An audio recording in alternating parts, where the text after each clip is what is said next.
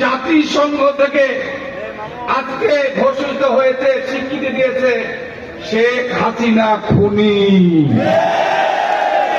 জাতিসংঘ জাতিসংঘের নির্দেশ অনুযায়ী সারা পৃথিবীর শাসন চলে, আইন চলে, সংবিধান চলে, সেই জাতিসংঘ ঘোষণা দিয়েছে বাংলাদেশে যে গুম, যে হত্যা, যে মানবতা বিরোধী অপরাধ হয়েছে, এই অপরাধের জন্য শেখ হাসিনার আন্তর্জাতিক ট্রাইব্যুনালে এদের বিচার করা হবে।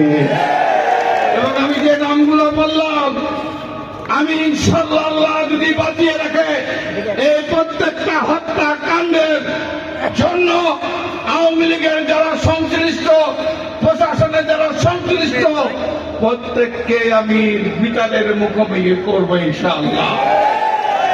প্রিয় ভাইয়ের আমার, তাই আমি আপনাদের বলতে চাই, আমাদের নেতা তারেক রহমান বলেছেন 31 দফা, এই যে টিটু বক্তৃতা বলে গেছে, আমি আমাদের পুতুল বলেছেন, আমি আপনাদের বলতে চাই, উনি বলে দিয়েছেন এই 31 দফার মধ্যে আগামী দিনে যে গত 3 দিন আগে কেউ এই পৃথিবী থেকে চলে, তার বাবা মা এই ছেলের শোকে কয়েকদিনের মধ্যে, 1-2 মাসের মধ্যে বাবা মারা গেল, মা মারা গেল।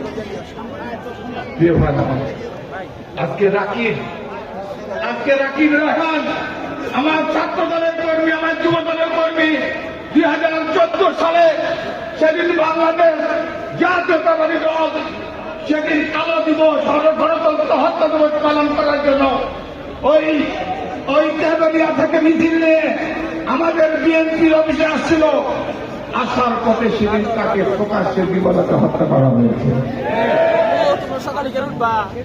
এইভাবে এই বিএনপির জন্য গামা, তারপরে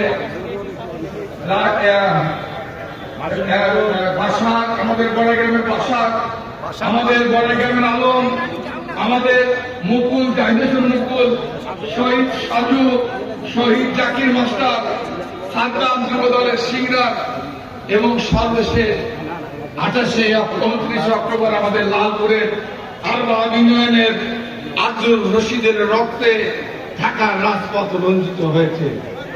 আমি আমার বক্তৃতায় আমাদের মাধু ভাই, আমার খালাতো ভাই, আমি এই সমস্ত নেতা কর্মীর প্রতি শ্রদ্ধা নিবেদন করছি।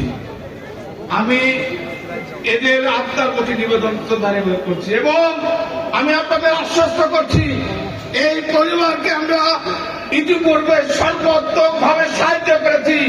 যতদিন আমরা বেঁচে থাকবো এই পরিবারের দায়িত্ব আমরা নিয়েছি, আমরা নিলাম।